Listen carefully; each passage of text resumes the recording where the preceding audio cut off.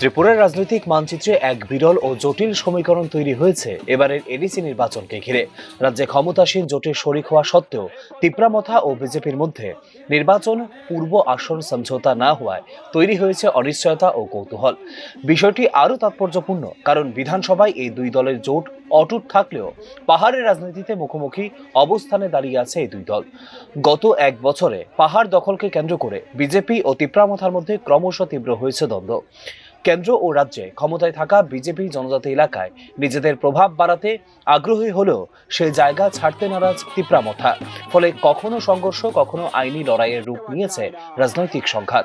এই প্রেক্ষাপটে এডিসি নির্বাচনে জোট না হওয়ার ইঙ্গিত স্পষ্ট হচ্ছিল অনেক আগে থেকেই। দিল্লির শীর্ষ নেতৃত্বের একাধিক প্রচেষ্টা সত্ত্বেও মথা নেতৃত্বকে জোটে আনা সম্ভব হয়নি বলে অভিমত রাজনৈতিক মহলের। ফলে আপাতত পৃথকভাবে নির্বাচনী ময়দানে নামছে দুই দলই, যদিও পুরোপুরি উড়িয়ে দেওয়া যাচ্ছে না ভোট পরবর্তী জোটের সম্ভাবনা।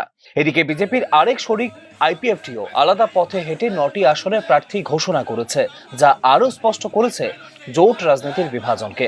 অর্থাৎ রাজ্যের শাসক জোটের তিন শরিক বিজেপি, তিপ্রামথা এবং আইপিএফটি এবার প্রতিদ্বন্দ্বিতা করছে একে অপরের বিরুদ্ধে। অপরদিকে বিরোধী শিবিরে রয়েছে সিপিআইএম এবং কংগ্রেস জোট। সব মিলিয়ে এবারের এডিসি নির্বাচন এখনো পর্যন্ত পাঁচমুখী লড়াইয়ের আকার নিয়েছে, যা এই অঞ্চলের রাজনীতিতে অনেকটাই বিরল ঘটনা বলে মনে করছে রাজনৈতিক বিশ্লেষকরা। তবে প্রকাশ্যে জোটে না থাকলেও বিজেপি ও মথার মধ্যে কোনো অন্তর্নিহিত সমঝোতা হয়েছে কিনা তা নিয়েই প্রশ্ন তুলছেন রাজনৈতিক বিশ্লেষকদের একাংশ মহল।